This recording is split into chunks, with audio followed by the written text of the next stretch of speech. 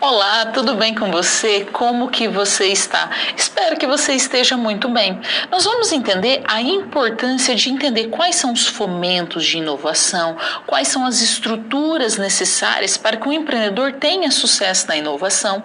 Então, para isso, é essencial entender quais são as entidades que apoiam as organizações, como que o empreendedor pode criar ali uma rede de apoio para se desenvolver, para se capacitar e também para que possa fomentar essa empresa, para ajudar a aquecer essa empresa. Por isso que nós vamos ter a nossa aula de hoje. Vamos ver o título da nossa aula? Tópicos avançados em inovação e estratégia. Por que nós precisamos entender quais são esses pilares, né, esses eixos norteadores? Porque quando o empreendedor começa o seu negócio, ele entende que ele precisa analisar o mercado, ele precisa analisar os concorrentes, ele precisa identificar quais são seus pontos fracos, ele precisa também identificar as suas forças, aquilo que ele é bom, mas também ele tem que ver quais são as ameaças existentes nesse mercado para criar barreiras, para se proteger. Ao mesmo tempo, ele tem que identificar essas oportunidades. E quando uma vez que ele identifica uma oportunidade, ele precisa buscar recursos, identificar aonde ele precisa buscar esses recursos. Vamos ver o que nós vamos estudar hoje, então? Nós já estamos na 4ª unidade e a competência dessa unidade é conhecer os aspectos relacionados à elaboração de projetos de inovação. Quando a gente fala de projetos de inovação, quais são as características, né? O que envolve, aonde que vai buscar recursos? Para isso, o resumo da nossa aula é identificar os pontos críticos de sucesso dos projetos e empreendimentos voltados para a inovação e também para os diversos segmentos. A palavra-chave é inovação, estratégia e organização. O título da nossa teleaula é Tópicos avançados em inovação e estratégia. E nós já estamos na 4ª teleaula. Os conteúdos, né, os temas que vamos abordar para compreender o que é esse tópicos avançados em inovação e estratégia, é o primeiro de tudo, entender que a inovação ela só vai acontecer por meio das pessoas. As pessoas são o centro, são as pessoas que são capazes de gerar conhecimento, de disseminar conhecimento. Então, a base da inovação são as pessoas. Vamos entender o que é o ecossistema de inovação, quais são as entidades, quem corrobora para que esse ecossistema aconteça, o que é economia criativa. Vamos entender também quais são os aspectos legais, fiscais e tributários com relação a incentivo à inovação. Então, quais são esses aspectos? Aonde que são as entidades fomentadoras, né, para que a gente possa ter ali um incentivo legal, um incentivo fiscal? O que é o guia prático do bem? O que é o marco legal? O que são sistemas de fomento também, né? Quais são as entidades que vão trabalhar com sistema de fomento? O que é CNPq, BNDES? FINEP, entre outras entidades, o que é mercado de capitais, o que é mercado de risco, quais são os tipos de investidores existentes e para que a gente possa aplicar esses conteúdos, né, aplicar esses temas aqui que nós vamos estudar, nós vamos ter 2 cases, né? O primeiro case é o da Cirila.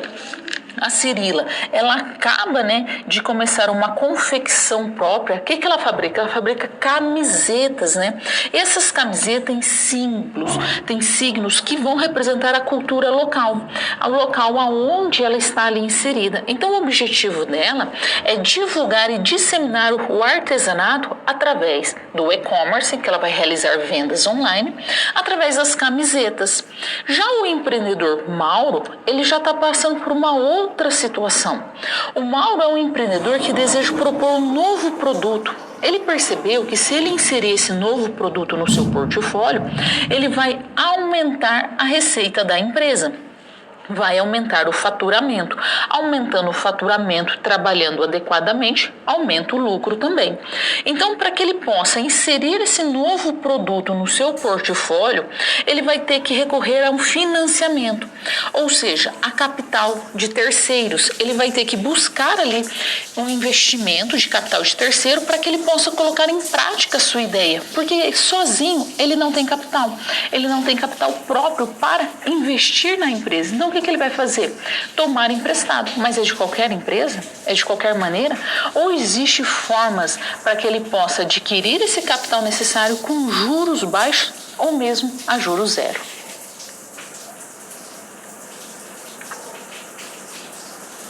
Quando a gente pensa num processo de inovação, o que a gente precisa entender? Processo. Etapas. Então não vai, é como se você estivesse subindo uma escada. Você não vai do primeiro degrau ao último degrau. Você vai subindo degrau por degrau. Por quê? É o mais seguro. Quando nós falamos de processo, nós estamos falando de etapas, nós estamos falando de sequências. Então é preciso compreender cada uma dessas etapas e entender as suas sequências também. Um processo de inovação envolve entender se aquela ideia está boa, se aquela ideia deve ser utilizada naquele momento, ou mesmo se essa ideia tem que ser guardada para ser utilizada no momento futuro. Então envolve uma série de etapas, uma série de processos que tem que ser respeitado para que essa ideia aconteça, para que aquela ideia transforme de fato num produto e num serviço que vai agregar valor para o consumidor e não somente para a empresa. Então, para que uma ideia de fato aconteça, é preciso identificar se ela é viável e também executar essa ideia, transformar a ideia em produtos e serviços. Vamos ver esse conceito? Então, o processo, quando a gente fala de um processo de inovação, nós estamos falando de uma concepção da ideia. Então, pensar em inovação e organização vai muito além de definir somente programas, desenvolver produtos. É preciso entender e se sistematizar como ela consegue gerar valor para a organização. Então, aqui na fase da concepção da ideia, estamos imaginando, idealizando. Então eu preciso pensar como que vai acontecer esse processo. Então ela é voltada para a melhoria do processo, da criação de um novo produto ou mesmo de um serviço. Algo está acontecendo, está melhorando ou está desenvolvendo esse produto, esse serviço, ou mesmo uma nova prática, uma nova abordagem, uma nova forma de agir. Então, se a ideia, quando ela é aprovada, a ideia está ok, está perfeita, o que é preciso? É preciso sistematizar, definir quais são esses passos, entender como que ele vai acontecer. Então, preciso planejar os recursos que vão ser utilizados, qual é o objetivo. Então, definir um plano de ação para que depois a gente possa definir os parâmetros de mensuração de impacto de mudança. Porque qual é o objetivo de um processo? Aumentar a renda da empresa, não é? Toda empresa não deseja ter lucro constante, então ela vai sempre inovar, ela vai criar práticas inovadoras, mas ela vai definir aqui, parâmetros de mensuração de impacto de mudança. O que seria esse parâmetro de impacto? Então vamos pensar o seguinte: um parâmetro é quando você define um padrão e a partir desse padrão, tudo que tiver abaixo não é aceitável, o que está no mesmo nível ou acima é aceitável.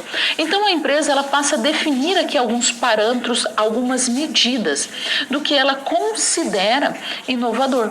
Então ela precisa criar essas medidas, essas métricas para que possa medir mesmo, para que possa mensurar. Está ok? Precisamos melhorar? Aonde precisamos melhorar? Qual é o nível que a gente deseja? Então é preciso entender que uma ideia ela não fica presa a uma organização, nem somente a um setor. Ela precisa ser difundida, ela precisa ser divulgada para todos. Então, depois do momento que você sistematiza, planeja e define os parâmetros, aí nós vamos para a fase de implementação. Essa fase de implantação envolve o quê? Definir aquelas ideias, aquelas inovações que aquelas que estão perfeitas, que você olha e fala assim, nossa, deu certo, tá tudo bem. E também aquelas que não deram certo. Por que devemos divulgar aquelas que não deram certo? Para que outras pessoas não cometam o mesmo erro. Ou mesmo elas consigam identificar qual o erro que aconteceu e ajuste. Porque se não divulgar os erros também, vai começar a se repetir. Nós aprendemos também com os erros, não é somente com acerto. Então, vamos ver como que acontece todo esse processo? Então, quando ela é implementada, a ideia deve ser espalhada. Essa ideia que vai ser espalhada, que vai ser divulgada, que vai ser compartilhadas com todos, não é somente as ideias que tiveram sucesso, mas aquelas que também não tiveram sucesso. Porque devemos sempre valorizar as ações aprendidas. Quais foram as lições? O que aprendeu? O que descobriu no momento que percebeu que aquela ideia não estava certa? Para que outros não possam cometer os mesmos erros ou ir por um caminho diferente. Eu gosto muito de uma frase do Thomas Edison que ele diz o seguinte: ele aprendeu 1001 vezes a fazer diferente a lâmpada. Então, antes de começar qualquer tipo de projeto e inovação, os gestores têm que ter uma estrutura bastante forte na organização voltada para inovação. Então, não é falar que é inovadora, mas praticar a inovação, criar um ambiente inovador. Então, dentro do contexto organizacional, ele precisa ser apoiador, ele precisa ser auxiliador. Então, conforme essas ideias vão surgindo, elas vão se transformando em inovação. Isso só vai acontecer através de uma cultura organizacional voltada para a criatividade, voltada para esse processo de inovação. Então, o que acontece? Quando a gente pensa nesse processo de inovação, pensa em todas as suas características, nós estamos analisando o seguinte: olha, eu preciso criar um ambiente na organização que as pessoas, a partir do momento que elas têm uma ideia sobre um produto, ou um serviço, ou uma melhoria, ou uma forma de atuar, um processo diferente, precisa ser analisado, respeitado, divulgado e incentivado. É preciso criar recompensas para que cada vez mais as pessoas possam trazer as suas ideias, trazer as suas melhorias, porque a gente vai chegando na excelência, vai cada vez melhorando mais e mais. Só que para isso tem que criar um ambiente propício. Não é falar somente em ser inovador, mas de fato praticar a inovação, de fato criar um ambiente que faça com que essa organização todos olhem e falem assim: não, naquela empresa, se você trazer uma ideia interessante, se essa ideia for colocada em prática ou mesmo melhorada em conjunto, nós recebemos uma recompensa. Seja uma recompensa individual, seja uma recompensa por toda a equipe que trabalhou nessa ideia. Então é preciso criar essa cultura. No começo, às vezes tem que ser um incentivo financeiro e depois pode ser outros tipos de incentivo, reconhecimento também. Então, quais são os incentivos que pode dar? Um dia sair mais cedo ou um período a mais de férias. Então, muitas vezes fica muito atrelada somente ao capital, mas é preciso entender o que também essas pessoas querem. Não conseguimos falar de inovação sem ter pessoas. Uma organização só existe porque tem pessoas nela.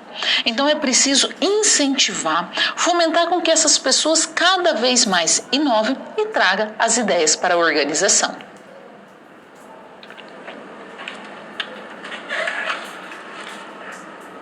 É preciso criar uma cadeia de valor. É preciso entender uma cadeia de ideias e quanto que essas ideias vão gerar valor para a organização, através do produto, através do serviço, através da melhoria. Às vezes ações simples ou mesmo uma ideia de quem está executando faz com que saiba exatamente como fazer e entender aquele processo. Quem está fazendo ali, colocando a mão na massa, de fato trabalhando naquela atividade, tem ideias muitas vezes inovadoras. Não estou falando que uma consultoria não é interessante, é sim muito interessante, mas é preciso ouvir dentro da organização o que essas pessoas têm de sugestão. Então é preciso criar esse ambiente, criar uma estrutura que faça com que essa organização escute o seu funcionário, escute as pessoas que ali estão trabalhando e de fato resolva os problemas que ela está apresentando. Resolva a partir das ideias que estão tendo. Então, o que a gente precisa entender? Que uma vez que tenho uma ideia, eu tenho que seguir etapas. Então, eu tenho uma geração de ideia. Essa geração de ideia pode acontecer de diferentes maneiras. Podemos ter uma geração de ideia através de um brainstorm, que é uma prática onde o que acontece? As pessoas estão em um determinado local e apresenta-se um problema. a partir desse problema, as pessoas começam a ter ideias, jogar ideias. Essas ideias não tem nenhum pingo de julgamento, simplesmente a ideia é falar as ideias o mais rápido possível, para que, a partir de uma ideia que um fala, o outro fala assim, olha, e se a gente fizesse com a sua ideia e mais esse ponto, e junta todas as ideias ali e consiga resolver aquele problema de maneira rápida, criativa, inovadora. Então é preciso entender como que acontece essa cadeia de valor, como que vai acontecer essa cadeia de geração de ideias. Vamos entender como que ela acontece? Então, Hansen e Biggerstahl, ele fala o seguinte, ele vai falar de cadeia de valor da inovação. Então, são 3 grandes fases, onde a primeira fase é a fase de geração de ideias, é a fase de gerar ideias. Pode ser aquela fase onde que está acontecendo um brainstorm, ela pode ser tanto interna dentro da organização, né?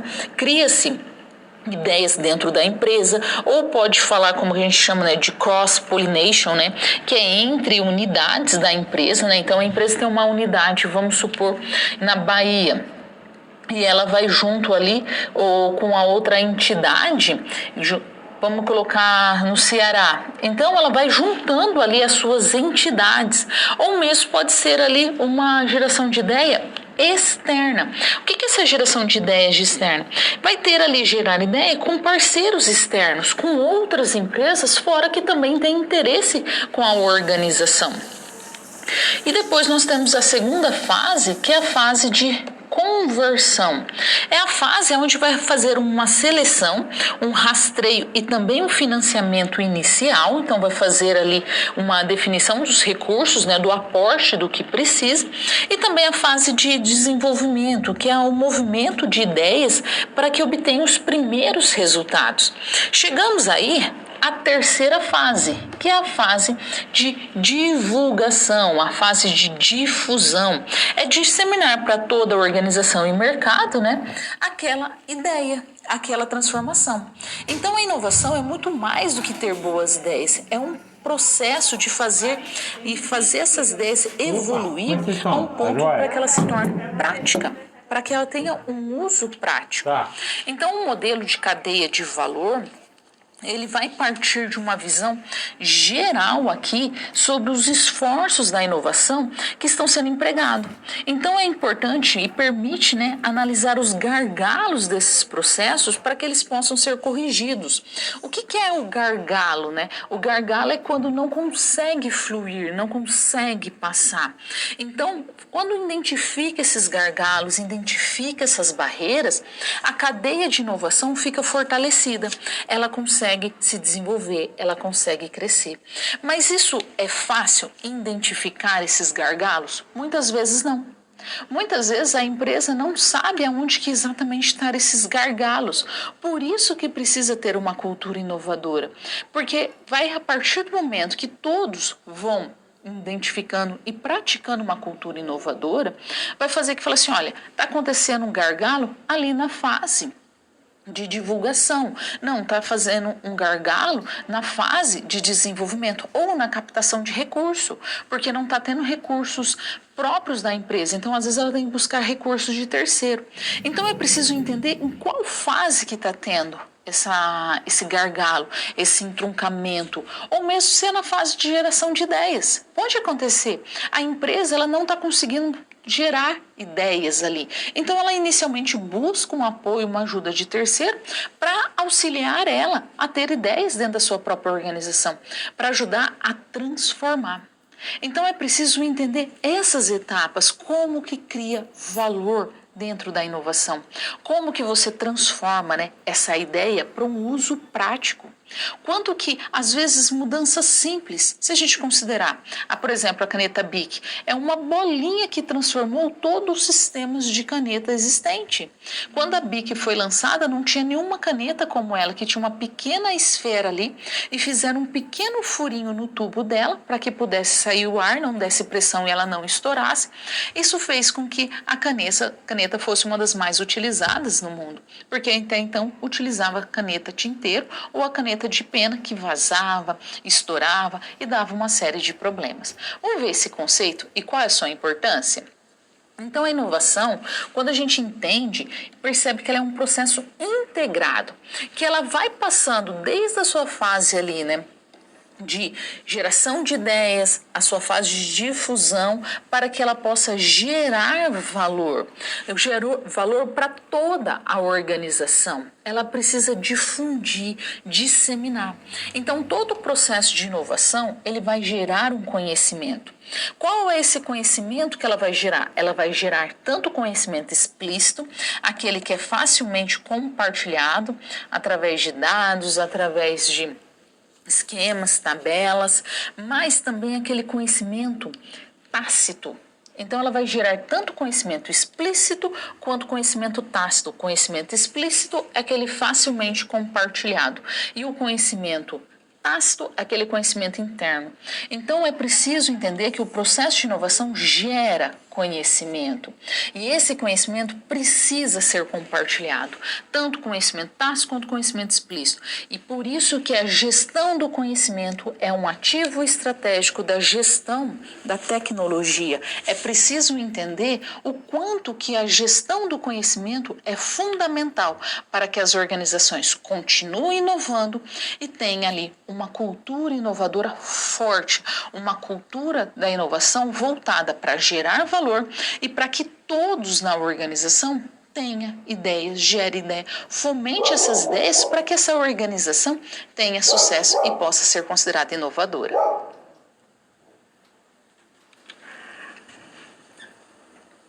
Quando falamos em ecossistemas, a gente já pensa lá na biologia, né? Quando a primeira vez o termo foi utilizado. O que acontece? Ecossistemas são comunidades que vivem dentro de um sistema e são auto-independentes, autossuficientes. Quando a gente fala em ecossistema da inovação, você pode trazer ao mesmo termo da biologia para utilizar a inovação.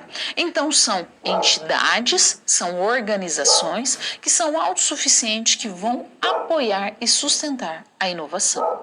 Então, nós temos diferentes tipos de ecossistemas de inovação. É interessante identificar aquele que faz mais sentido para a organização dentro do seu contexto, dentro da sua prática e também dentro da sua filosofia. Vamos conhecer essas estratégias? Então, um ecossistema de inovação são ambientes que vão promover a articulação dos diferentes atores, das diferentes empresas, dos diferentes envolvidos na inovação. Então, o que vai mover aqui, né? O que é a força motriz? É a inovação. Essa inovação voltada para o desenvolvimento social e econômico. Então, o ecossistema é uma comunidade, né, que vai viver dentro de um determinado local e vai interagir entre si e também com o meio ambiente. Então, os ecossistemas da inovação são um conjunto de fatores que vão estimular, que vão fomentar a interação e a cooperação. Então, nós temos os parques tecnológicos, que são ambientes onde que tem várias organizações, várias empresas instaladas de diferentes segmentos, mas tem como foco, como base de negócio, a tecnologia. Nós também temos as incubadoras, que são instituições que vão auxiliar no desenvolvimento de empresas nascentes e também empresas que vão estar em operação, aquelas empresas de operação que estão buscando modernizar as suas atividades, né, para transformar as ideias em produtos, processos e serviços. As incubadoras, nós estamos falando de estágio inicial. Elas vão oferecer suporte técnico, gerencial, formação complementar ao empreendedor, vai facilitar e agilizar também o processo de inovação tecnológica. Já as aceleradoras, elas estão num estágio mais avançado. São entidades jurídicas, né, que tanto pode ser com ou sem fins lucrativos, dedicados a apoiar o desenvolvimento de novos negócios, como startup, através de um processo estruturado e de um tempo determinado. E muitas vezes eles entram também com um aporte financeiro, né, para que possa auxiliar ali e futuramente ter uma participação societária também nessa organização. Aí você vai me falar, mas prof, qual a diferença então de uma incubadora e de uma aceleradora? Porque o parque, você percebeu que é um local onde tem várias empresas ali com foco em tecnologia e inovação. Já uma a gente pode considerar uma aceleradora, pensa que vai acelerar mesmo, que vai aumentar. A incubadora, se você for ver num hospital, em alguma clínica, você vai ver que algumas vezes você tem incubadoras ali. O bebê nasce, alguns bebês precisam ir para a incubadora, ou seja, um ambiente isolado, um ambiente fechado para proteger esse bebê, para que ele fique mais forte. Então pensa, incubadora é sempre estágio inicial, uma proteção. Pensa como se fosse uma cúpula que você está protegendo. A aceleradora, você vai acelerar, seria o biotônico fontora, sabe? Você vai injetar ali algo na empresa para que ela possa crescer mais rápido. Essa é a grande diferença entre elas. A incubadora é estágio inicial e a aceleradora, ela já está num estágio mais avançado. Mas que a gente precisa também trabalhar são com a economia criativa. A economia criativa ela tem como base, como força motriz, como matéria-prima, a criatividade e o capital intelectual. Quem é o capital intelectual? As pessoas. Então, quando a gente fala de economia criativa, estamos falando de pessoas que vão estar atuando dentro de um determinado mercado, aonde vai gerar riquezas e também dessa riqueza que ela gera emprego, mudando toda uma sociedade. Então, é preciso entender como que surge essa economia criativa e o quanto que ela é importante para as organizações. A economia criativa iniciou-se na Austrália, mas se difundiu pelo mundo inteiro. Vamos entender o conceito de economia criativa? Então, a economia criativa, ela surge na Austrália, né, na tentativa de gerar novas fontes de receitas no país a partir da criatividade. Então, são atividades que as pessoas vão exercer a partir da sua imaginação e por isso também vai explorar o valor econômico, vai gerar riquezas. Então, quando a gente fala em economia criativa, você tem que pensar que a criatividade, o capital intelectual são matéria-prima para criação, produção e distribuição de bens e serviços. O processo criativo é tão importante quanto o produto. Então, por isso que a gente está entendendo aqui, ó, criação, produção, distribuição de produtos voltada aqui, ó, para o conhecimento, utilizando o conhecimento, utilizando a criatividade como base. No Brasil, nós temos 4 grandes segmentos, né, da economia criativa que são subdivididos em outros grupos. Então, a gente tem o que vai classificar como o grupo de consumo, que é voltado para o design, para a arquitetura, para a moda e para a publicidade. E também nós temos a categoria mídias, que é voltada para o editorial e audiovisual. A categoria cultura, que vai falar sobre o patrimônio das artes, música, artes cênicas e expressões culturais. E a área de tecnologia, que vai estar abordando pesquisa e desenvolvimento, biotecnologia, tecnologia da informação e também da comunicação. E nós precisamos entender que a economia criativa ela vai nos levar a cadeias globais de valor. O que é uma cadeia global de valor? Então, quando a gente pensa num produto, quando a gente pensa ali na sua idealização, até a sua distribuição, esse produto pode passar por diversos países. Agir global, pensar local. Então, cada etapa produtiva, ela pode ser realizada num país diferente. Por quê? Porque os custos para se produzir naquele país é menor, então faz mais sentido produzir naquele país. Logo, o desenvolvimento econômico de cada país, ele vai se beneficiar das cadeias globais de valor, independente da sua posição que ele ocupa dentro dessa cadeia. Então, vamos considerar, por exemplo, considere um iPhone. Quem é a fabricante? Quem é a detentora da marca iPhone? Quem que nós temos? Os Estados Unidos. Mas aonde que pode produzir os seus componentes? Pode produzir na China, pode produzir na Austrália, na Alemanha. Em diversos países vão ser produzidos esses componentes, porque nesses países são mais baratos para se produzir. O que faz? Esses componentes são produzidos, leva num local aonde é montado esse produto, porque isso faz com que reduza os custos. Então, uma parte do produto pode ser produzido na China, outra parte pode ser produzida na Alemanha, outra parte do produto no Japão, e depois agrupa todos eles. Isso é cadeia de valor. Cada país detém um valor sobre aquele produto.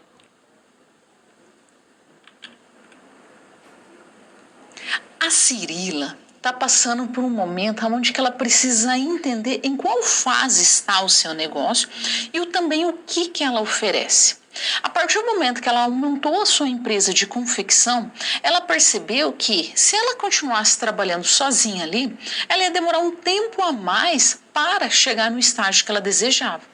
E aí ela começou a perceber que você tinha bastante conhecimento sobre inovação e empreendedorismo e te chamou para que você auxiliasse ela nas dúvidas que ela estava tendo. Vamos ver o desafio da Cirila? Então a Cirila acaba de começar uma confecção própria. Essa confecção está dedicada 100% à cultura local do seu povo. O objetivo dela é divulgar o artesanato da população local a partir do e-commerce, a partir das vendas online de camisetas. Cada camiseta vai ter um signo ali. Um signo vai representar essa cultura daquela região, a cultura na qual ela está inserida e ela deseja divulgar. Então, para que esse projeto da Cirila de fato possa se concretizar, ela pensou aqui em capitalizar os aspectos culturais locais para formar uma rede de negócio sustentável, uma rede de apoio para ela. Então, você como mentor da aceleradora de startup regional, você tem a função de ajudar a Cirila no seu projeto, no seu negócio. Então, quais são os pontos que ela precisa de apoio, que ela precisa auxiliar a Cirila? Primeiro, existe a existência de apoiadores ou mesmo de potenciais apoiadores, pessoas que vão futuramente ajudar a Cirila. É preciso identificar quais são os canais de comunicação que vai ser utilizado e também os canais de distribuição. Tá, sabemos que ela vai trabalhar com e-commerce, mas aonde? Qual vai ser a plataforma? Ela vai através do marketplace ou não? Entender a percepção da população local em relação a esse projeto. Eles gostam do projeto dela, eles querem divulgar ali a sua cultura e também propor uma estratégia para acelerar o negócio da Cirila. Então, o que nós temos aqui? Primeiro, no caso de apoiadores, a primeira missão, o primeiro objetivo aqui é articular ganhos de tração. Então, se ela vai trabalhar com camisetas, ela pode fazer aqui, ter ali fornecedores de tecidos, fornecedores de linhas, ter pessoas também para dar manutenção nas máquinas de costura. Então, criar uma rede de apoio, uma rede de pessoas que tenham o mesmo objetivo que ela. Qual é o objetivo? Fazer com que essa empresa fique forte e a partir dessa empresa fortalecer toda a comunidade. Então é preciso que ela consiga preços mais baixos para que ela possa reduzir os seus custos e nessa redução de custo oferecer produtos a preços mais atrativos e agregar valor a esses produtos. É interessante também que ela busque subsídios na prefeitura, porque daí a prefeitura também tem interesse no desenvolvimento econômico, social da região, então tem interesse também no turismo da cidade, porque isso vai fomentar mais, fazer com que as pessoas tenham mais interesse em ir para aquela região e também criar estratégias de comunicação e distribuição dos objetivos do negócio. Então, aonde que vai ser ali divulgado? Então, a Cirila, ela precisa desenvolver uma autoridade numa rede específica. O que é criar isso? Ela vai precisar de redes sociais. Ela vai estar em todas as plataformas, em todas as redes. Como que ela vai multiplicar a sua taxa de visualização de conteúdo? Ela precisa pensar no marketing de conteúdo. Quais são os conteúdos que ela vai trabalhar? Qual vai ser a linguagem que ela vai utilizar? Qual é o público específico dela? Os públicos vão ser iguais de todas as redes? Se ela quiser trabalhar com Instagram, com Facebook, com Twitter, qual rede que ela vai utilizar? Então, a população também local precisa ser um motor propulsor de visibilidade, criando condições para alavancar esse negócio a partir da lógica exponencial. O que é uma lógica exponencial?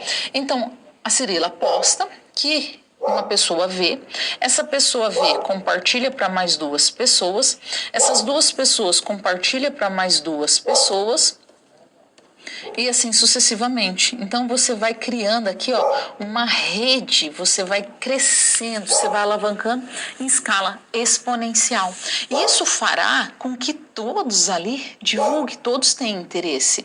Então é preciso criar um conteúdo atrativo, criar também, engajar essa população para que eles possam olhar e falar assim, não, vamos divulgar o trabalho da Cirila. Porque, ó, eu coloquei basicamente, ó, se uma pessoa divulga para mais duas pessoas, nós vamos criando uma escala exponencial. Mas às vezes não é para duas pessoas, divulga para 3, que divulga para 9, que divulga ali para 15 e tem um crescimento muito rápido. Então é preciso criar estratégias para que isso aconteça. Mas como fazer isso? Mostrando o valor e o engajamento também dessas pessoas e a vantagem de ter uma organização forte também na sua comunidade. Quais produtos ou serviços que você considera que são inovadores? Você pode mandar a sua resposta via chat ou também enviar via mente. Você deverá acessar aqui o Mente, www.mente.com e utilizar o código 84 90 27 96.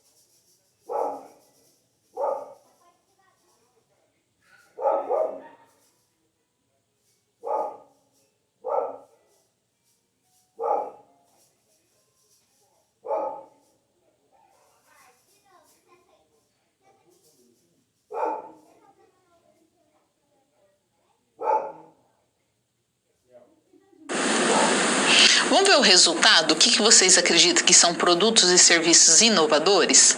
Apareceu aqui, Pix, iFood, Pix parcelado, aplicativo de bancos, mercado no iFood, compras no mercado online, carros híbridos, dropships, delivery de bebidas, loja virtual, sistema EAD, Move, entregas de fast food, Netflix, 99, Meta, tecnologia, banco digital, sistemas de delivery. Realmente todos eles são bastante inovadores. E essas inovações que trouxe para a sociedade mudou de uma forma que você não consegue nem se imaginar tem aquele sistema. Você já imaginou o que era sem o sistema EAD, o sistema de ensino à distância? A gente não pode, em algumas situações, nem imaginar. Por quê?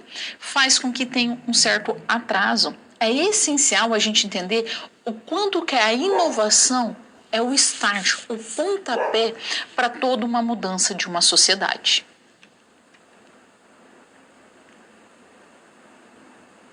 É preciso muitas vezes, quando o empreendedor está querendo empreender, ele quer inovar, só que ele não tem capital. Ele precisa entender que existe ali algumas redes, existe algumas estratégias que vai fazer com que ele tenha o capital que ele precisa e ele vai ter ali uma rede de apoio porque existe um incentivo do governo. Porque se as pessoas inovarem, muda a sociedade. Mudando a sociedade faz com que há um desenvolvimento. Ainda mais se essas mudanças e as inovações forem positivas, aí que vai ser melhor ainda para todos. Então, muitas vezes é criado ali incentivos, isenções fiscais, para que aquela área esteja ali uma estrutura que vai fomentar com que aquela organização se desenvolva, se capacite e muda não somente aquela região, mas toda a comunidade, direta e indiretamente. Vamos conhecer esses aspectos? Então, quando a gente fala de financiamento para projetos de inovação, voltado para a inovação tecnológica, a gente tem que entender que muitas vezes o incentivo vai estar voltado para a fase em que o projeto se encontra. Então, quando o projeto está mais voltado para a pesquisa, aquela fase inicial, e ela está focada ali mais no acúmulo do conhecimento científico, nós vamos ter mais financiamento que a gente vai chamar de subversão econômica ou renda de subversão, ou popularmente fundo perdido.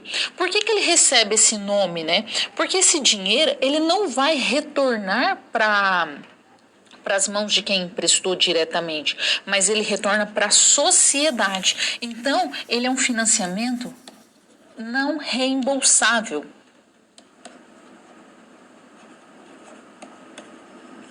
Ele não retorna, por isso que ele chama de fundo perdido. Mas nós temos aqui também um tipo de projeto que está mais na fase de comercialização. Ele está mais avançado, esse projeto. Então, por causa disso, ele vai ter mais juros subsidiados, ele vai ter incentivos ali. O juro subsidiado é um empréstimo que é feito pelo governo a uma taxa de juros muito menor do que é vigente no mercado e muitas vezes com prazo maior também. Então, mas vai depender qual é a característica, como que ele trabalha. Para isso, nós temos no Brasil o que a gente vai chamar de Guia Prático da Lei do Bem. O Guia Prático da Lei do Bem, esse guia, ele traz detalhamento sobre a legislação, sobre as instruções para preenchimento de formulários e para que as empresas, que desejam ali possam usufruir dos seus benefícios. Então, o objetivo do guia é que ele seja um instrumento ali para que as pessoas possam entender os dispositivos de incentivos fiscais existentes na Lei do Bem. Então, ele permite que as empresas façam ali a bata dos seus investimentos quando ela está trabalhando com pesquisa e desenvolvimento. Então, vai ter incentivos fiscais, benefícios fiscais, que são medidas de redução ou mesmo extinção de alíquota de determinados impostos que vão ser pagos. Então, pode ter, por exemplo, redução de até 50% no IPI, O IPI é Imposto sobre Produtos Industrializados, todo produto que vai passar ali por uma transformação, por uma mudança dentro da sua estrutura. Então, quando a gente fala de IPI, é qualquer produto, né, que sofra alteração da sua natureza de funcionamento, como acabamento, apresentação, aperfeiçoamento, finalidade. Não incluímos no IPI leite UHT, animais vivos, cereais, sementes e frutas e plantas vivas. Também ele prevê deduções relacionadas a gastos, né, com pesquisa, tecnologia e desenvolvimento e uma amortização acelerada em ocasiões de compra, né? Então, o que nós temos aqui quando a gente fala desse guia? Por exemplo, podemos citar as zonas francas. No Brasil, nós temos a Zona Franca de Manaus, que é uma grande região onde existe um incentivo de redução ali. Zona Franca, por quê? É uma zona onde existe uma redução muito grande dos impostos para incentivar que as empresas de tecnologia vão para aquela região. E com isso, qual é o benefício que o governo tem? Uma vez que as empresas vão para essa região, ali vai fomentar o desenvolvimento, vai fomentar também a economia daquela região e vai não melhorar somente economicamente, mas socialmente também. Então, faz com que pare de haver uma concentração somente numa região, como era no caso que acontecia no Brasil, que era a região mais centro-oeste, sudeste, né? E sul era mais centralizado aqui, e ele simplesmente muda para outra região por causa dos incentivos. As empresas param e analisam e falam assim, mas aqui eu estou pagando um determinado valor, se eu for para lá, é muito mais atrativo. É o que aconteceu com as Havaianas. As Havaianas, ela começou a sua produção no Rio Grande do Sul. Receberam um incentivo muito grande do estado do Ceará e eles mudaram para Sobral. E se mantém lá, porque houve um incentivo por parte do Estado. Então, as regiões de Zona Franca são regiões que têm ali uma tributação menor, tem uma legislação que vai permitir que aquela empresa se insere naquele local e ela possa comercializar. Vamos entender o que diz essa lei do bem? Então, nós temos o marco legal da ciência e tecnologia, que ele vai acontecer a partir da Lei 13.243, que foi publicada em 11 de janeiro de 2016. Ela prevê, basicamente, a promoção de atividade científica e tecnológica como estratégia para o desenvolvimento econômico e social, também a promoção e fomento da cooperativa e interação entre os públicos, entre os setores público e privado, entre as empresas. Ela também prevê o incentivo, o estímulo à constituição de ambientes favoráveis à inovação, às atividades de transferência de tecnologia, e também ela vai trabalhar com a simplificação dos procedimentos para a gestão de projetos de ciência, tecnologia e inovação e adoção de controle por resultados em sua avaliação. Então, com isso, nós temos um marco que acontece, que vai fomentar toda essa tecnologia, que vai estimular. Porque não somente vai ter uma redução de imposto, mas você sabe aonde buscar esses recursos.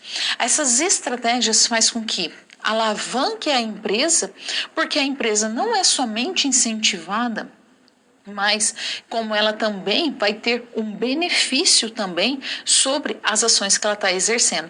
Isso faz com que retorne para o governo também, retorne para as entidades, seja ela pública ou privada, também de forma indireta, porque melhora toda a comunidade, incentivando o seu desenvolvimento também.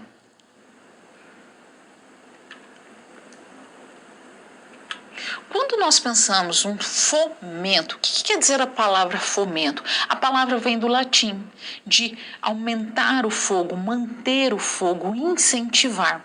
Então vamos considerar, por exemplo, você tem um fogo ali, quando você coloca mais carvão, quando você alimenta aquele fogo, você está fomentando ele, você está mantendo aquele fogo. Então, quando as organizações, elas precisam se pautar dentro dos sistemas e das estratégias de fomento. Nós temos no Brasil o Sistema Nacional de Fomento. O que esse sistema faz? É tanto de instituição pública e privada que vai auxiliar os empreendimentos, que vai ajudar os empreendedores a não somente a criar, a desenvolver, mas também alavancar as suas empresas. Cada um vai estar voltado para uma área. E esses sistemas, ele está voltado ali para o desenvolvimento dessas organizações. Contrapartida, ele tem o desenvolvimento de toda a comunidade e toda a sociedade. Vamos ver como que acontece esse sistema? Então, para que possa obter ali uma maior chance no mercado, né, a empresa precisa capitalizar. Então, mas ela não é capitalizar, buscar recursos de terceiros de qualquer maneira, mas a custos mais reduzidos, com menores valor. A inovação, então, como diz o próprio Sean Peterson, é a força motriz da sociedade capitalista. Assim como no início do século XX, o século XXI ainda reconhece a inovação como principal fonte de qualidade de vida para a população residente em economias capitalistas. Ou seja, para um sistema, para uma sociedade continuar evoluindo, ela tem que partir da inovação.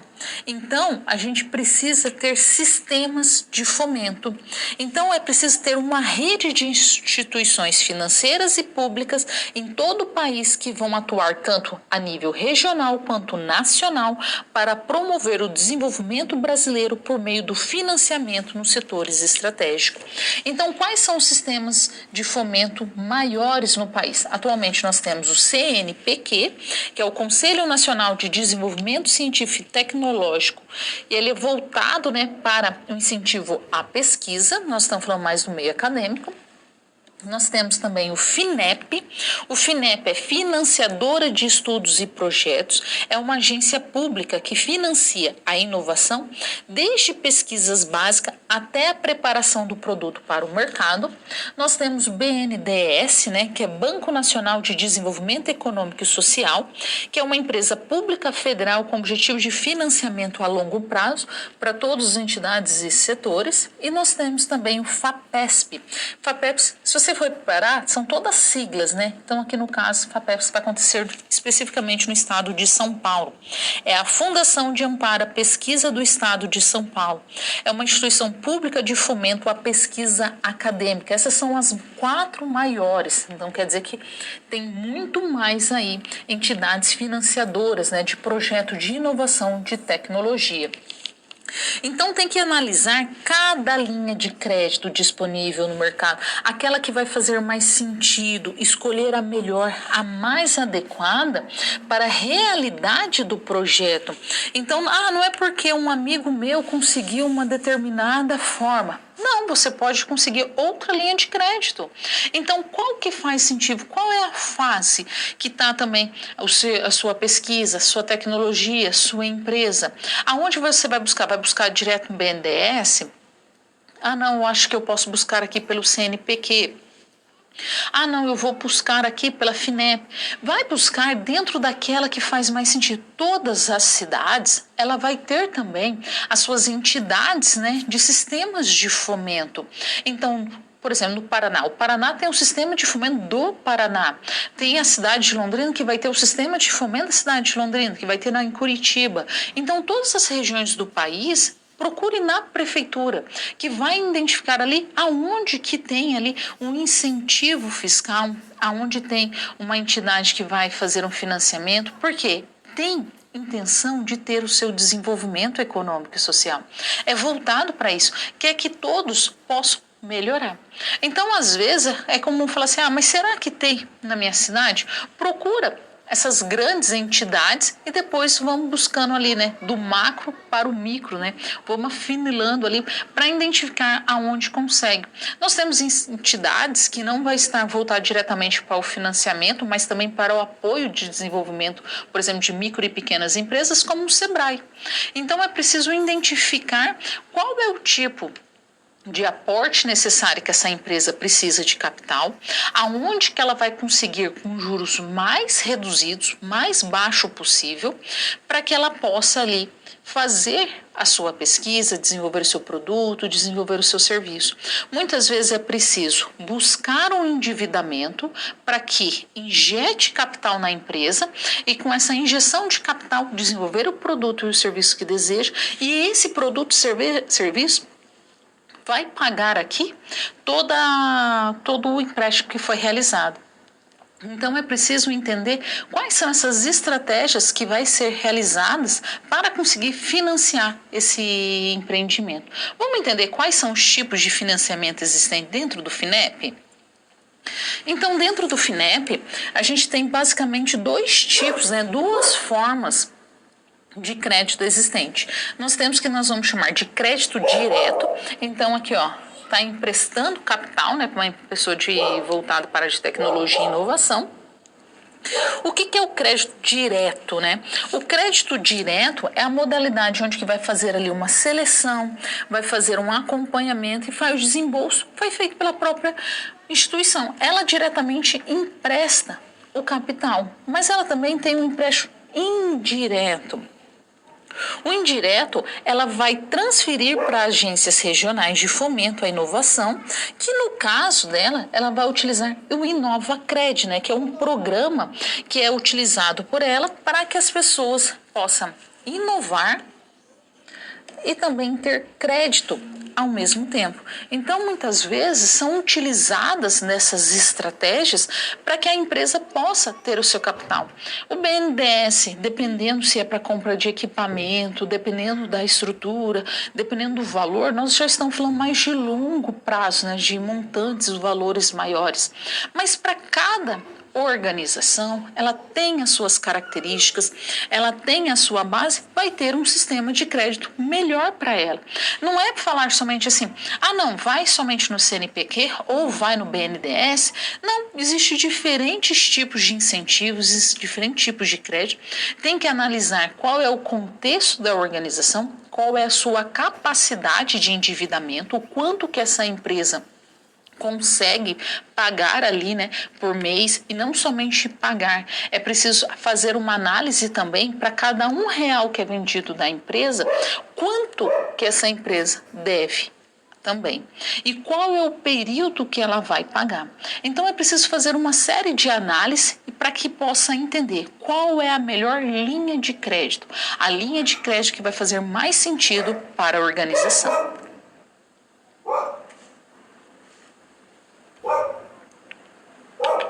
Quando a gente fala de capital de risco, a gente vai pensar lá o quê? Mercado de capitais. Risco significa que existe a possibilidade daquilo que eu imaginei, daquilo que pensei não se concretizar. Então, o que a gente precisa pensar? No primeiro momento, quando você analisa aqui um mercado de capital, eu quero que você pense em duas pessoas. Então, tem uma pessoa na mão esquerda e uma pessoa na minha mão direita. De um lado, nós temos pessoas que poupam, pessoas que economizam, pessoas que estão guardando o seu capital para quê?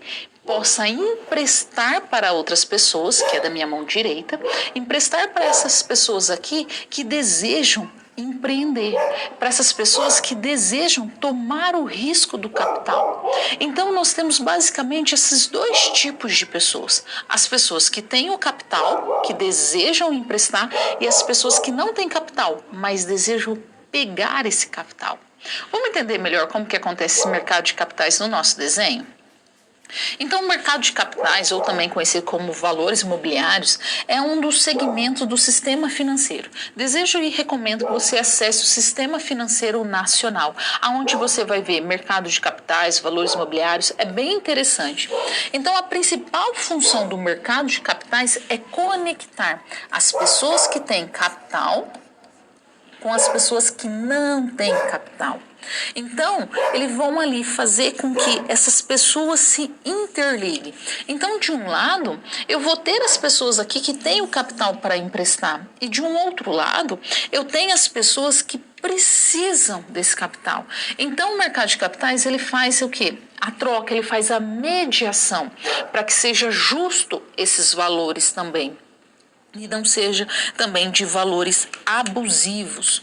Então, o que nós temos aqui no mercado de capitais? De um lado, nós temos os poupadores, de um outro lado, nós temos investidores. Perceba que vai acontecer um ciclo constante, porque alguém está poupando que vai passar esse valor para um investidor, esse investidor vai pegar esse capital, vai pagar o capital, o valor dele, mais uma porcentagem, mais um juro, que é interessante para o poupador. Esse poupador vai ter mais capital ainda, que vai investir para mais pessoas, e essas pessoas vão pagar mais juros ainda, e assim vai ficar esse ciclo constante.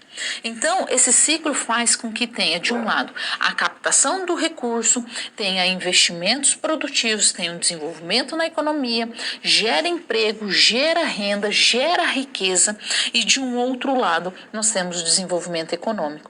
Então, esse ciclo, ele não termina, ele é um ciclo constante. É o que acontece o tempo todo dentro do mercado de capitais. E por que o mercado de capitais, ele vai fazer o quê? Ele vai pegar esse capital e precisa mediar. Acredito que você já tenha ouvido falar em agiotas. São pessoas que emprestam capital a juros abusivos. Para que não tenha ali, a pessoa tem que buscar o capital que ela precisa a juros abusivos, que vai ser muito difícil dela pagar. Vem o sistema, o mercado de capitais, fala assim, olha, a taxa de juro, vamos determinar uma taxa de juro aqui, entre mínima e máxima, para que não tenha problema. Para que seja justa dos dois lados, seja justo para aquelas pessoas que pouparam o capital, mas também para aquelas pessoas que precisam desse capital. Porque as pessoas que precisam, elas vão investir nas empresas. As empresas geram riquezas. As empresas conseguem fazer com que gere mais economia, que gere emprego, gere renda e muda toda uma sociedade. E é isso que as empresas e a sociedade precisam. Então, o que ele faz? O mercado de capitais, ele atua como mediador entre tanto os poupadores quanto os investidores. Se você acessar o Sistema Nacional, Financeiro Nacional, você vai ver várias categorias existentes, até que você chega também na Comissão de Valores Imobiliários, que é bem interessante para estudar. Vamos ver os tipos de investidores existentes dentro do mercado? Então, nós temos alguns tipos de investidores, como seed capital, que é o capital semente, é como se estivesse plantando mesmo aqui. Então, vamos pensar numa sementinha, É um modelo de investimento destinado a startups, principalmente startups mais no estado inicial. Nós temos o Venture Capital, que é o capital empreendedor, que é a modalidade de investimento focada em empresas de médio porte que possuem um alto potencial de crescimento, mas ainda não são, elas são ainda muito novas, e têm um faturamento baixo. Quando a gente fala desse capital empreendedor, desse Venture Capital, ele é mais voltado, para essas empresas que estão iniciando ali. Já o Private Equity, é um tipo de investimento feito de forma privada, onde o investidor aporta seu capital diretamente em empresas com potencial de crescimento de médio a longo prazo, com o intuito de lucrar de uma venda futura. Então, a empresa ela deve possuir um faturamento bastante substancioso e ela tem que estar também consolidada neste mercado. Nós temos o investimento anjo, Angel Capital. O que é ele? São investidores, que investem capital em empresas nascentes com alto potencial de crescimento, como as startups. Ela começou principalmente com a Broadway, por causa das artes, por causa dos espetáculos, dos eventos. As pessoas sentiram essa necessidade e começaram a investir. E nós temos também o que nós vamos chamar de peer-to-peer lending, que é o empréstimo coletivo, É um empréstimo de pessoa física para a empresa, ou seja, de pessoa física para pessoa jurídica, através de uma plataforma, Pode ser a plataforma Nexo, então diferentes tipos de plataformas existentes. Então, a empresa, a pessoa pode buscar capital de diferentes maneiras.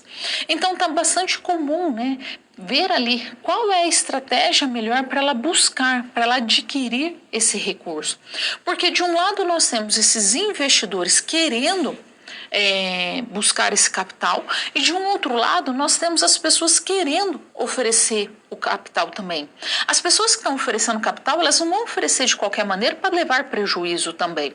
Por isso que existem essas categorias. Olha, é mais ou menos dizendo assim, olha, eu te empresto, mas eu preciso de uma garantia que você vai me pagar e que você também atinja o seu objetivo. Eu não quero que você também afunde, eu não quero que você se prejudique. Por isso que criei essas categorias de investidores que são bastante utilizadas. Isso faz com que não somente observe como que está esse mercado, mas também observar e analisar, falar assim, nossa, quanto que existe de pessoas, de investidores querendo ali emprestar esse capital e quanto que tem de empreendedores que queremos buscar também esse capital.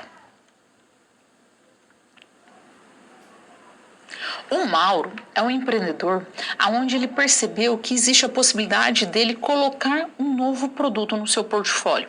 Ele começou a analisar e fazer os cálculos, ele percebeu que se ele inserir esse novo produto, vai aumentar o seu faturamento. Aumentando a sua renda, ele vai manter os custos fixos e isso vai fazer com que ele tenha um lucro maior, se não investisse. Então ele percebeu, vale a pena sim investir, mas ele tem que buscar as melhores estratégias. E por isso ele chamou para essa empreitada. Vamos ver esse desafio? Então o Mauro está com algumas dúvidas sobre o financiamento. Ele sabe que ele vai ter que fazer um financiamento, mas ele não sabe qual é o melhor financiamento. E você tem a função de ajudá-lo nessa empreitada. O Mauro está com alguns questionamentos sobre alguns assuntos. Por exemplo, há recursos oriundos de financiamentos subsidiados, aqueles que são reembolsáveis e que possam ser adotados para o projeto que ele atua? Ele também existe incentivos fiscais de inovação tecnológica que pode beneficiar a empresa que ele trabalha? E também, terceiro, existe programas com recursos a fundo perdido, ou seja, não reembolsável, não precisa pagar para que o empreendimento possa se beneficiar?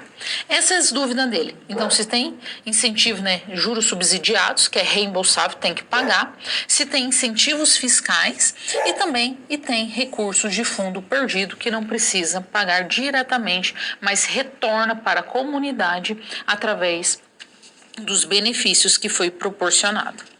Então, primeiro de tudo, é aconselhável que o empreendedor Mauro recorra aqui a fundos perdidos. Por quê? Porque com fundo perdido ele não vai pagar ali diretamente esse financiamento, mas sim ele vai trazer benefícios como emprego, desenvolvimento, renda para a comunidade. Então, a ideia dele, por ser inicial, ele pode buscar aqui financiamento a fundo perdido, quando a gente vai falar de subversão, a renda de subversão, que é o popularmente fundo perdido, que é o mais interessante para ele. Então, nessa modalidade, não existe, a empresa não precisa devolver esse valor emprestado, mas ela precisa investir em atividades de pesquisa e desenvolvimento que vai fazer com que exista ali um incentivo e também um desenvolvimento de toda a sua comunidade. E é interessante também gerar empregos e rendas para essas pessoas. Já as empresas, como Pritzker House, Nestor Young e o mesmo governo, eles vão disponibilizar dicas, guias, manuais para que possa achar a melhor estratégia de empreendimento. Nós temos, no caso, o Guia Prático da Lei do Bem, que ele vai descrever esse guia, esse manual, quais são os formulários, quais são os recursos, quem pode adquirir, como pode adquirir, e também como que pode utilizar. E também ele pode pensar na redução do IPI, reduzir os impostos através do IPI. O IPI é Imposto sobre Produtos Industrializados. Ele é um imposto federal que incide sobre produtos da indústria nacional ou mesmo na importação de produtos estrangeiros, que está no desembaraço aduaneiro. Então, algumas alíquotas que são cobradas no IPI vão variar de acordo com o produto. A variação permite que produtos possam ter alíquotas zero, ou seja, não ter alíquota nenhuma, então não são produtos tributados, ou mesmo alguns produtos vão possuir alíquota um pouco maior de acordo com a sua essencialidade desse produto. Então, dependendo do produto, vai ter um valor maior no IPI ou tem mesmo produtos que não tem cobra-se nenhuma. Então, a redução pode ocorrer através da obtenção de máquinas para a expansão de pesquisas de desenvolvimento da empresa.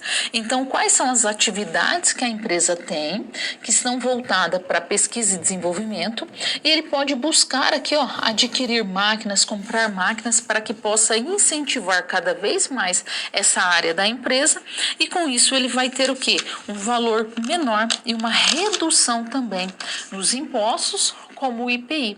O IPI é um valor bastante expressivo, dentro dos produtos.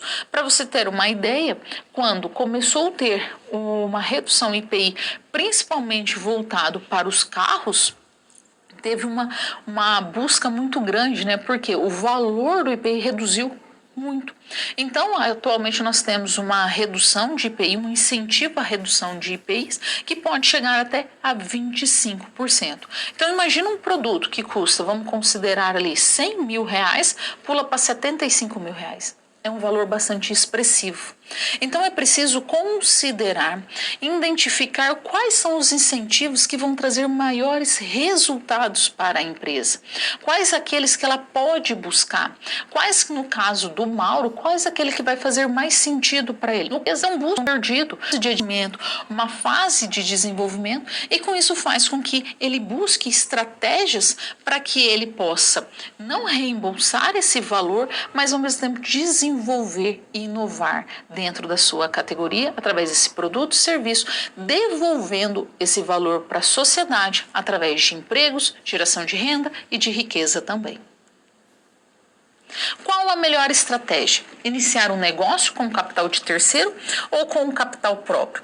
Você pode enviar as suas respostas através do chat ou também você pode responder essa questão através do Mente. No Mente você vai ter que utilizar o código 90002514.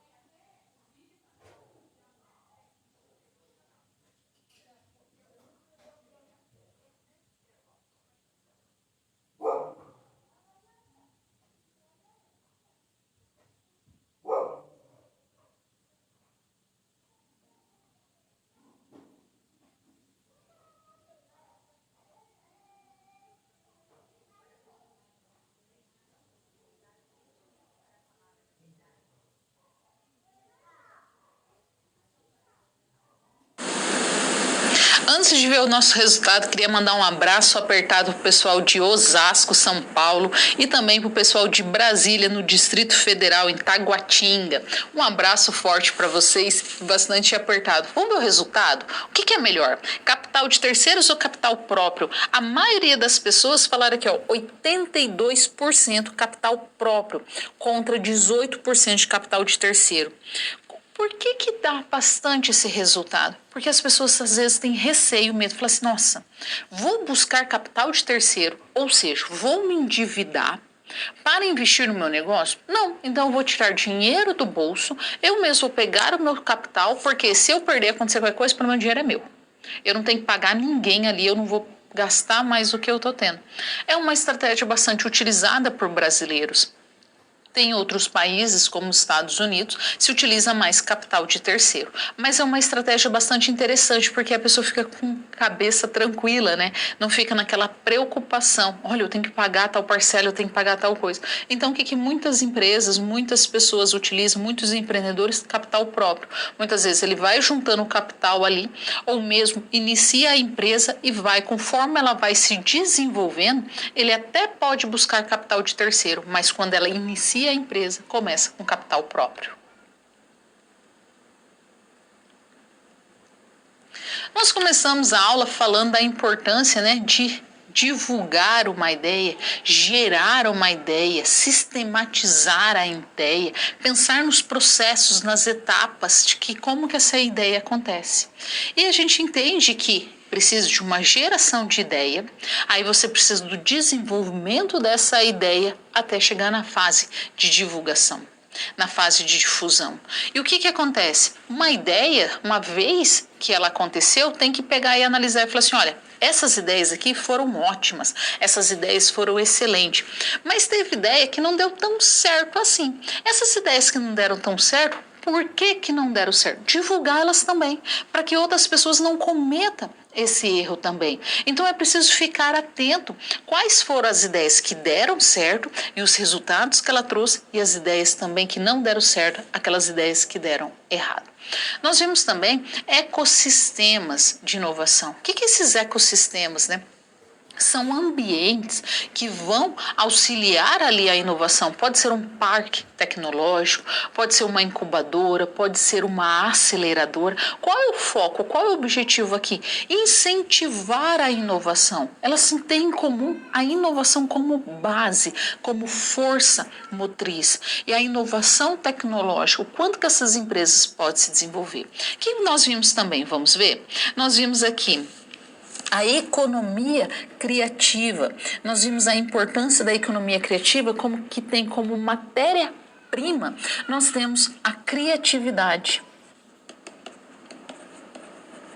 Nós vimos sistemas de fomento também, onde a gente pode ter aqui financiamentos através de entidades. Nós vimos a importância, né, de entender o que é um fundo perdido, né? O que fala tanto de fundo perdido, que é um financiamento que não reembolsável, que você não precisa pagar ali em capital, mas você precisa pagar, entre aspas, né, com empregos, com geração de tecnologia, com inovação.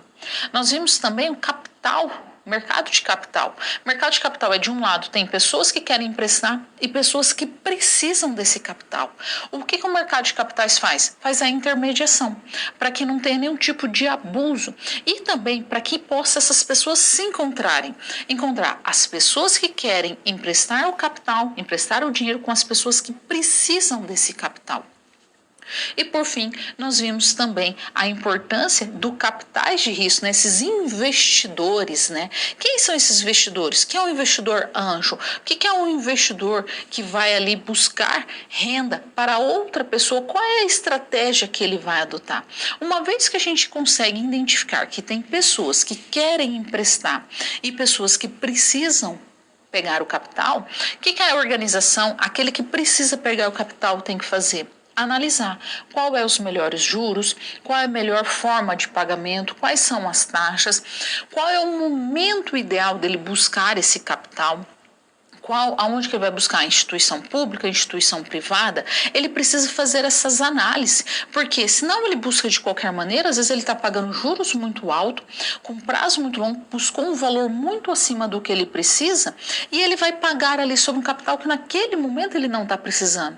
Ele poderia estar utilizando outros tipos de estratégia que seria mais interessante para ele.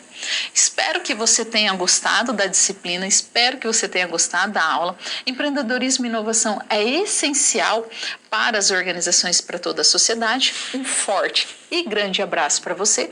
Desejo muito sucesso na sua caminhada. Obstáculos existem, mas eles foram feitos para superados e eu acredito em você.